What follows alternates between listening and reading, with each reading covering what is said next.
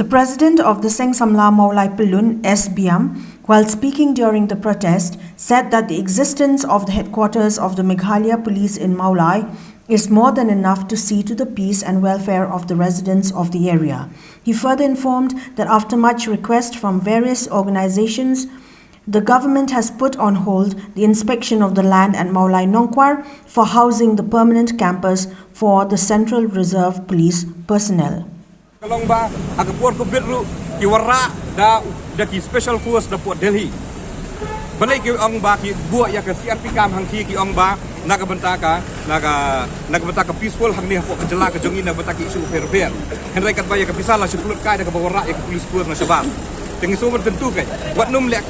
pulut kai ya ka pisah jong pai ba to ai ba ki police force ki badan hang di ngi dan tak ki MLP ngila beri surdu banyak keran kini kisi artikan hilak berkrit ya kenu ka jing bah hadin habut ke banginem lah bentuk ya kamut ke jemut ka bagim ke saya nang ni seman ya ke bangi ku kena mulai ke long bener ki bala khre banginem ailat ya kini ke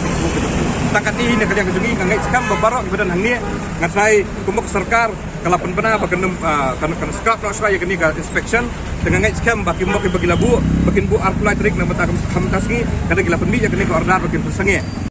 The secretary of the Seng Samla Maulai Pilun, SAIM, had also informed that a request has been made to the state government and Home Minister to consider the demand of the people to remove the temporary CRPF camp from Maulai to some other area and to instead set up any other office for various government departments so as to cater to the needs of the residents of Maulai constituency. From this delegation that we are looking forward now with the Home Minister, the Arts and Culture Minister and the local MLA and BC along with the Maulai Tendrapa, we will put a request, the petition to them to remove this temporary camp of the CRPF.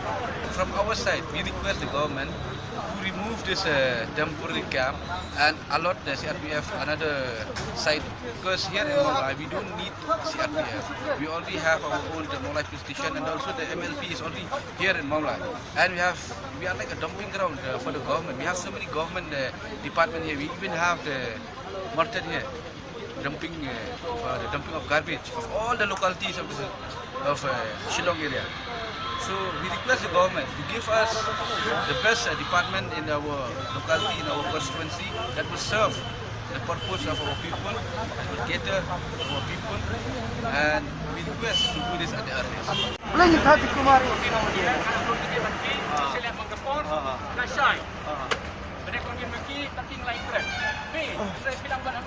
Em, como foi para não mulai